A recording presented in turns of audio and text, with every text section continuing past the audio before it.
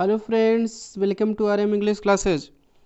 Friends, R M English classes में आप सभी का स्वागत है। आइए आज इंग्लिश स्पीकिंग का एक नया टॉपिक लेकर आपके सामने उपस्थित हुआ हूँ। आज से हम ये देखेंगे कि इंग्लिश में हमारी फ्लुएंसी कैसे बढ़ेगी।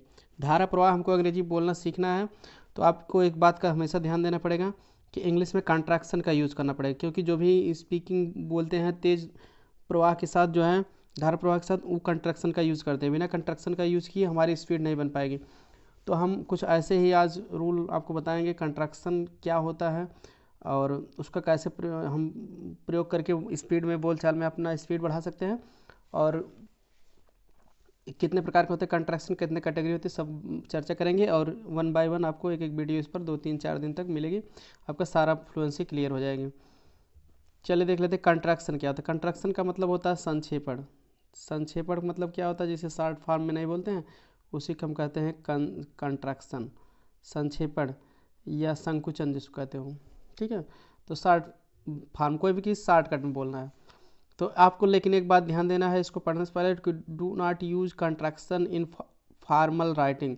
इस कंट्रैक्शन का प्रयोग जो मैं आपको स्पीकिंग के लिए केवल बता रहा हूँ, इस फ्लुएंसी बढ़ाने के लिए, इसका फॉर्मल राइटिंग में आप प्रयोग मत करना। फॉर्मल राइटिंग मतलब इसे ऑफिशियल राइटिंग जो होती है, अधिकारी को पत्र लिख रहे हैं, स्कूल में लिख रहे हैं, प्रिंसिपल को लिख रहे हैं, ये सब। और मतलब एकदम बेटर इंग्लिश, ठीक है, शुद्ध इंग्लिश लिखने के लिए फॉर्मल राइटिंग उसको कहते हैं, एकदम शुद्ध इंग्लिश जो कॉलेज में लिखी जाती है। स्कूल में मत लिखिए, कॉलेज स्कूल या कॉलेज में जो आप लिखते हैं, एप्लीकेशन देते हैं, कुछ भी लिखते हैं, तो उसमें आप मत लिखिए। केवल बोल चाल के लिए आप कंट्रैक्शन का यूज़ करिए। अब आप सोचेंगे सर हम यूज़ नहीं कर सकते तो कंट्रैक्शन का फ़ायदा क्या पढ़ने से? फ़ायदा इसलिए है कि अब क्योंकि आपको बोलना है, स्पीड बढ़ाना तो जानना पड़ेगा। और दूसरी बात, तो बोलने से ज़्यादा दूसरी बात को समझना जरूरी है। हम दूसरे की बात को समझ नहीं पाते हैं, अंग्रेजी में बोल देता, आप कहते हैं जल्दी से बड़े वर्ड बोल दिए और जल्दी से बोल दिए, हमको समझ नहीं आया, बड़ा वर्ड है शॉर्टकट में बोल दिया।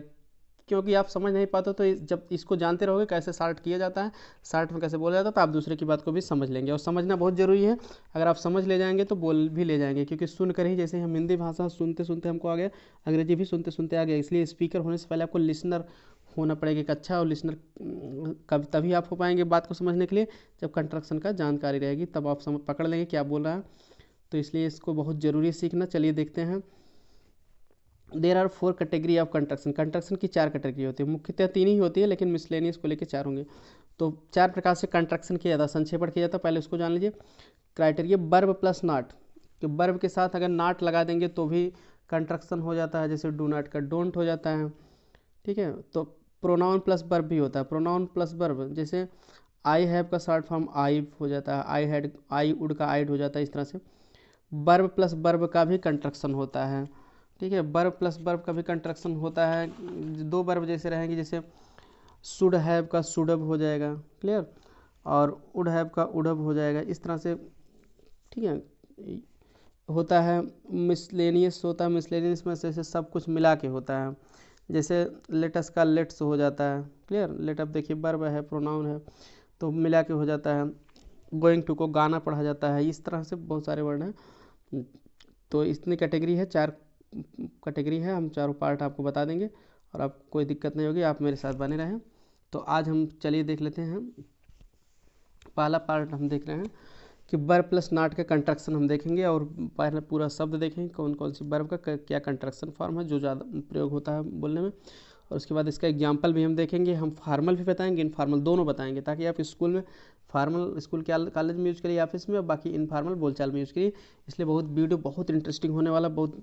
आप अगर आप स्पीड बढ़ाना चाहते हैं, अंग्रेजी बोलना चाहते हैं, तो इसको सीखना ही पड़ेगा। तो इसलिए बने रहे मेरे साथ, वीडियो को लास्ट तक बिना स्किप किए देखिए।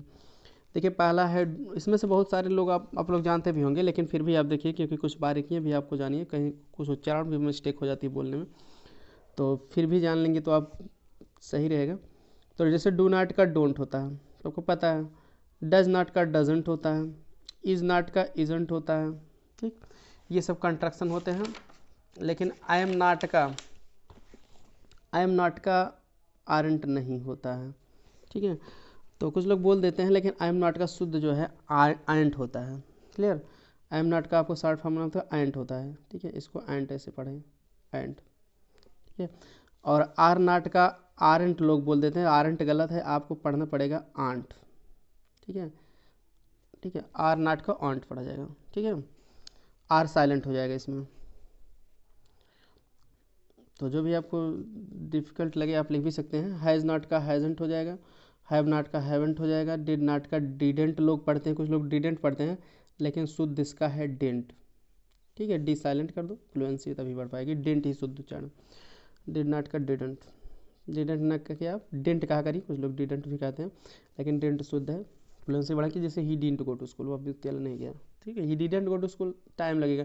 देखिए शॉर्ट फॉर्म बना क्या है, क्योंकि पहले इंग्लिश बोल चालने के लिए ही लैंग्वेज बनी थी मुख्यतः, तो बोल चालने में जैसे डिडेंट कहेंगे ज़्यादा टाइम लगेगा, डेंट जल्दी होगा, जो मतलब स्पीड, आरंट कहेंगे ज़्यादा टाइम लगेगा, आंट कहेंगे जल्दी होगा। तो जो स्पीड बढ़ाने के लिए जो भी आप कहने में फंस रहे हैं, तो जान लीजिए वो सही नहीं है, जिससे आपकी स्पीड बढ़ेगी वही इसका सही प्रोनाउंसिएशन होगा, इसलिए स्पीड बढ़ाने के लिए ये सब नियम बनाए गए हैं। वाज नॉट का वाजंट हो जाएगा, वर नॉट का, अब देखिए वर नॉट का वरंट नहीं होता है, वरंट लोग बोलते हैं, तो वर नॉट का वंट होता है, इसमें भी यार सर जैसे आर नॉट का ऑन्ट होगा उसी तरह से वर नॉट का वंट होगा, क्लियर। तो वंट आप नोट कर लीजिए। हैड नॉट का हैडेंट हो जाएगा, ठीक है, जिसका अलग थोड़ा होता है उसका हम लिख दे रहे हैं, इसलिए बिल नाट का देखिए विलेंट नहीं होगा, ये बहुत बड़ी गलती है, कुछ लोग कर देते हैं, बिल नाट का होगा वांट, बिल नाट का क्या होगा वांट, ठीक है ना, तो बिल नाट को आप वांट कह दीजिए चाहे वॉन्ट कह दीजिए, ठीक है, won't, he won't go to school, ठीक है, वो ही बोलेंगे, लेकिन वांट भी लगता है सबको बोल रहे हैं, जैसे विल नाट को वांट होगा, क्लियर। तो इसमें थोड़ा डिफ़िकल्ट मतलब डिफरेंट तरीके से दो तीन हैं ऐसे, तीन चार, जैसे आर नॉट का एंट ये वो डिफरेंट है, और विल नॉट का वांट ये, जैसे और सब में क्या होता है कि सहायक क्रिया हेल्पिंग वर्ब आती है प्लस एन एपोस्ट्रोफी टी जुड़ जाता है, तो आपका शॉर्ट फॉर्म जैसे शॉर्टकट जान लीजिए, helping verb plus n apostrophe t जुड़ने से ये कंट्रक्शन हो जाता है सभी सहायक क्रिया का, वर्ब प्लस नॉट वाला, लेकिन चार का अलग होता है, जैसे और नॉट का एंट हो जाएगा एक वो अलग है, बिल नॉट का वांट हो जाएगा ये अलग है, सेल नॉट का सांट हो जाएगा ये अलग है, ठीक है, इस ये helping verb plus n apostrophe नहीं है, इसको सॉन्ट पढ़ा जाएगा, इतना जान लीजिए। सेल नॉट को क्या पढ़ेंगे सॉन्ट, ठीक है, चार इसका होगा सॉन्ट, ठीक है, सेल नॉट का क्या हो जाएगा सॉन्ट। कैन नॉट का कांट पढ़ा जाएगा, इसमें देखिए ये भी थोड़ा डिफरेंट है, तो ये एंट जो है आई एम नॉट वाला और प्लस ये तीन, ये चारों अलग हैं, इसलिए आप इस पर विशेष ध्यान दीजिए। तो और बाकी सब में आपको कुछ करना नहीं है, सहायक क्रिया लगा दीजिए प्लस एन एपोस्ट्रोफी टी जोड़ दीजिए, शॉर्ट फॉर्म तैयार हो जाएगा। कुड नॉट का कुडंट हो जाएगा, ठीक है, तो कैन नॉट में देखिए ध्यान दीजिएगा कि कांट हो जाता है, और आपको एक बात और भी ध्यान देना है कि कैन नॉट को यहाँ तो गलती से थोड़ा स्पेस हो गया है, मुझे दिया नहीं था, तो आप कैन नॉट को सटा कर लिखे करिए, हमेशा कैन नॉट आप कहीं भी लिखा करिए, ऐसे लिखा करिए कांट, ठीक है, कैन तुरंत नॉट उसमें सटा के लिखा करिए, कांट कैन नॉट जो है दूर दूर नहीं लिखा जाता है, ये हमेशा सटा के लिखा जाता है, ठीक, जैसे बताए वैसे आप लिखा करिए, ठीक है, कैन नॉट, ये इसका रूल है, दूर दूर नहीं लिखा जाता, तो इसलिए कांट, कैन नॉट का कांट हो जाएगा, ठीक है, तो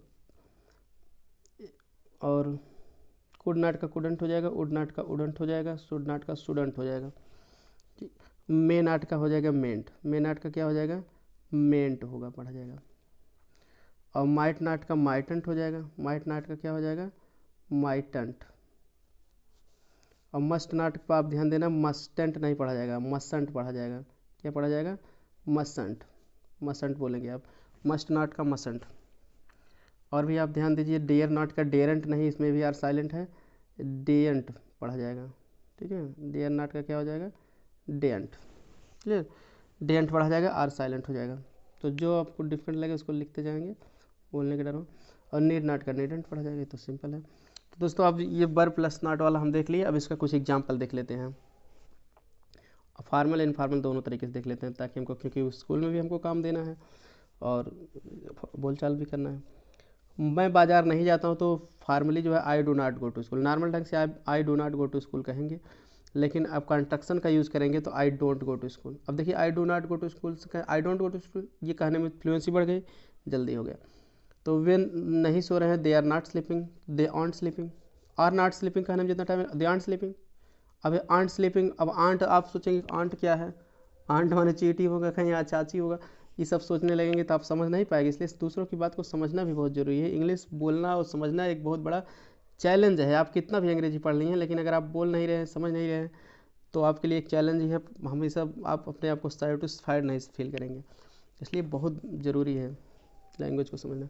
मुझे पैसा नहीं दिया जाता है, आई एम नॉट गिवन मनी, ये वाक्य पैसिव वॉइस में, किस में है? पैसिव वॉइस में। तो आई am not given, I am के साथ तभी थर्ड फॉर्म लगता है। आई एम नॉट गिवन मनी, मुझे पैसा नहीं दिया जाता, तो आई आंट गिवन मनी। ठीक है, आई एंट गिवन मनी, ऐसे I ain't given money. Clear? तो I ain't given money, I am not का शॉर्ट फॉर्म हो गया। आप इसको ऐसे भी कर सकते हैं, अगर आप एंट भूल गए हैं, नहीं कह पा रहे हैं, तो आई एम नॉट गिवन मनी, ऐसे भी कर सकते हैं। देखिए, ये तो आई के साथ सब्जेक्ट प्लस ये प्रोनाउन प्लस हेल्प वर्ब का आप बना सकते हो contraction. I am not given money, ये भी सही है। आई एंट गिवन मनी, दोनों से फ्लुएंसी बनी। I ain't given money, I am not given money, दोनों से फ्लुएंसी आपकी बन रही है। तो इसका हम प्रोनाउन प्लस वर्ब का इसके बाद हम अगले पार्ट में बनाएंगे, जो भी प्रोनाउन का प्लस वर्ब का कैसे बनता है। अभी आपको बता दिए, रिलेटेड था कि दोनों तरीके से बना सकते हैं फ्लुएंसी बनाने के लिए। तुम नहीं टहल रहे थे, यू आर नॉट वॉकिंग। ठीक है, तो यू वंट वॉकिंग, वरंट नहीं वंट। ठीक है, अभी बताया आपको weren't walking, you weren't walking, जल्दी हो गया ना। वर नॉट कहने से weren't, were not walking, weren't walking, कितना स्पीड बढ़ गई, बढ़ेगी। मैं अभी नहीं खाया हूँ, I have not eaten ate, ate माने अभी या अभी तक होता है। जैसे प्रेजेंट परफेक्ट में वाक्य के अंत में आता है एट, उसका अर्थ होता है अभी तक। अब जब जोड़ने के लिए आता तब फिर भी होता। तो I have not eaten it, अब यहाँ इसी वाक्य को आप क्या कहोगे? I haven't eaten it, I haven't eaten, I have not eaten, haven't eaten, जल्दी हो गया। मैं आपकी मदद नहीं कर सकता हूँ, I can not help you. अब देखिए, यही जो बताए थे आपको, कैन नॉट हमेशा सटा के लिखा जाता है, तो कैन नॉट को आप हमेशा ऐसे लिखा करिए। ठीक है, और इस क्योंकि दूर दूर लिख देंगे तब भी आपको फार्मल राइटिंग गलत होगा।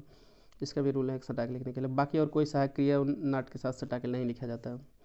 आई कॉन्ट हेल्प यू, इसके देखिए कैन नॉट का शॉर्ट फॉर्म क्या होगा? कांट। वह विद्यालय नहीं जाएगा, he will not go to school. अब इसी को फार्मल में हो गया ये, तो अब कंट्रक्शन का यूज़ करिए, he won't go to school. Will not का विलेंट नहीं होता, वांट होता है। क्या होता है? We won't go to school. Clear? क्या हम अंग्रेजी में बात नहीं करेंगे? Shall we not speak in English. तो इसको इसका अगर शॉर्ट फॉर्म बनाना चाहो तो शैल नॉट का शॉन्ट होता है, अभी बताया गया था। देखिए, इंट्रोगेटिव में भी आप सहायक क्रिया, अब वैसे ग्रामेटिकली क्या पहले हेल्पिंग वर्ब लिखते फिर सब्जेक्ट तब नॉट, लेकिन आप अगर कंट्रैक्शन का यूज़ करोगे तो ये सब्जेक्ट बाद नॉट वाला पहले आ जाता है। Shan't we speak in English, ये भी वाक्य सही है, ये भी वाक्य सही है, कंट्रैक्शन का यूज़ किया गया। तो इस तरह से, जैसे बहुत लोग कहते हैं डोंट यू रीड, क्या तुम नहीं पढ़ोगे? ठीक है, don't you make a video on speaking, आप स्पीकिंग पर क्यों नहीं वीडियो बनाते? इस तरह से वो लोग बोलते हैं। ठीक है, डू नॉट का डोंट प्रश्नवाचक में भी लगा देते हैं, शैल नॉट का शांत। तो ये सब जानना चाहिए कि कंट्रक्शन होगा तो सहायक क्रिया प्लस सब्जेक्ट के बाद सब्जेक्ट आ जाता है, इंट्रोगेटिव फर्स्ट। तुम्हें हमारी डायरी नहीं पढ़नी चाहिए, you must not read my diary. तो इसका कंट्रक्शन की यूज़ करेंगे तो क्या होगा? You mustn't read my diary. ठीक है, ध्यान देना, क्या मस्टेंट नहीं पढ़ा जाएगा, क्या पढ़ा जाएगा? मस्टेंट। वह कब्रिस्तान में जाने का साहस नहीं करता है, he dare not go to the graveyard. ठीक है, ही डियर नॉट गो, ठीक है, तो वह जाने का साहस नहीं करता है to the graveyard. Graveyard मतलब कब्रिस्तान, सिमेट्री, चर्च यार्ड, बड़ी अंग्रेजी कई इसके। तो यहाँ डेयर नॉट का शॉर्ट फॉर्म क्या होगा? डेंट। ठीक है, डेंट। तो इन फॉर्मल में कंट्रक्शन का यूज करेंगे, डेंट हो जाएगा। He daren't go to school, R silent हो जाएगा। He daren't go to the churchyard. अब अगला एग्जाम्पल देखते हैं, आज बारिश नहीं हो रही है, नहीं हो सकती है। It may not rain today. तो अब मे नॉट का शॉर्ट फॉर्म क्या होगा? मेंट। मेंट शॉर्ट फॉर्म क्या होगा? मेंट। मेंट बहुत धीरे से भी नहीं, मेंट थोड़ा मे पे दीर्घ साउंड निकालेंगे, मेंट। अब देखिए, और एक आपको महत्वपूर्ण जानकारी देने जा रहे हैं अमेरिकन इंग्लिश में, क्योंकि देखिए ब्रिटिश और अमेरिकन दोनों इंग्लिश को मिलाकर आजकल बोला जाता है, तो इसलिए आप जान जरूरी है दोनों को, डिफरेंस भी जानिए। इसके बाद हम और भी वीडियो बनाएंगे ब्रिटिश और अमेरिकन में क्या डिफरेंस है बोलने में, ये सब भी आपको बताएंगे। अभी आप काम भर की जानकारी जान लीजिए कि कंट्रक्शन से रिलेटेड अमेरिकन इंग्लिश में पाँचों का मतलब is not, I am not, are not, has not, have not, ये 5 हैं के लिए एक शब्द एंड बोलते हैं।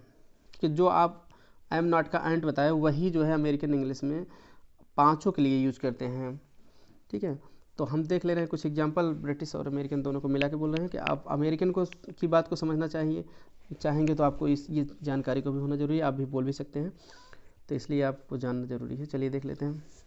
वे बाज़ार नहीं जा रहे हैं, तो they are not going to market, ये तो एकदम फॉर्मल हो गया। अब कंट्रक्शन का यूज़ करके बोलेंगे तो they aren't going to market, aren't going to, ये ब्रिटिश इंग्लिश में हो गया। अमेरिकन में यही होगा, आरंट के लिए क्या लगा देंगे, ऑन्ट। जो कि यहाँ ब्रिटिश में आई एम नॉट के लिए आंट लगाते थे, वहाँ सबके साथ ई एम आर हैज़ हैव सबके साथ तो आंट ही लगाएंगे। ई एम आर हैज़ हैव के साथ नॉट रहेगा तो ain't. They ain't going to market, ain't साथ गोइंग लगा दिए, गोइंग टू मार्केट। वे बाजार नहीं गए, they have not gone to market. British का कंस्ट्रक्शन यूज़ करेंगे, haven't, they haven't gone to market. देखिए ग्रामेटिकली ब्रिटिश ही सही रहती है, लेकिन अमेरिकन को भी मिला के बोला जाता है, इसलिए अमेरिकन की भी जानकारी होनी चाहिए।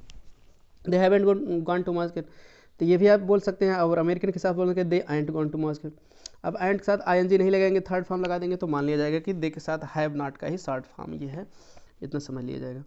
तो आई होप आपको वीडियो पसंद आया होगा, आप बहुत इन्जॉय किए होंगे, समझ में भी आ गया होगा। और वीडियो पसंद आया तो लाइक तो ज़रूर कर दीजिए, दोस्तों के साथ शेयर कर दीजिए ताकि सभी लोग जान सकें और सीख सकें शुद्ध बोलना। और चैनल को सब्सक्राइब नहीं तो सब्सक्राइब जरूर कर लीजिए, बेल आइकन को ऑन रखिए, क्योंकि ऐसी और बहुत महत्वपूर्ण वीडियो मैं अब डालता रहूँगा, अपलोड करता रहूँगा। और बने रहें मेरे साथ, ग्रामर की भी इसके बाद वीडियो आपको मिलती रहेगी हमेशा। आप कुछ ना कुछ इस चैनल से आपको इंग्लिश से रिलेटेड जानकारी मिलती रहेगी। और आप कमेंट करके बता सकते हैं कि आपको किस टॉपिक पर वीडियो चाहिए, तो आपको मिल जाएगी। तो बने रहें मेरे साथ, सीखते रहिए, सपोर्ट करते रहिए। Thanks for watching this video, मिलते हैं नेक्स्ट वीडियो में।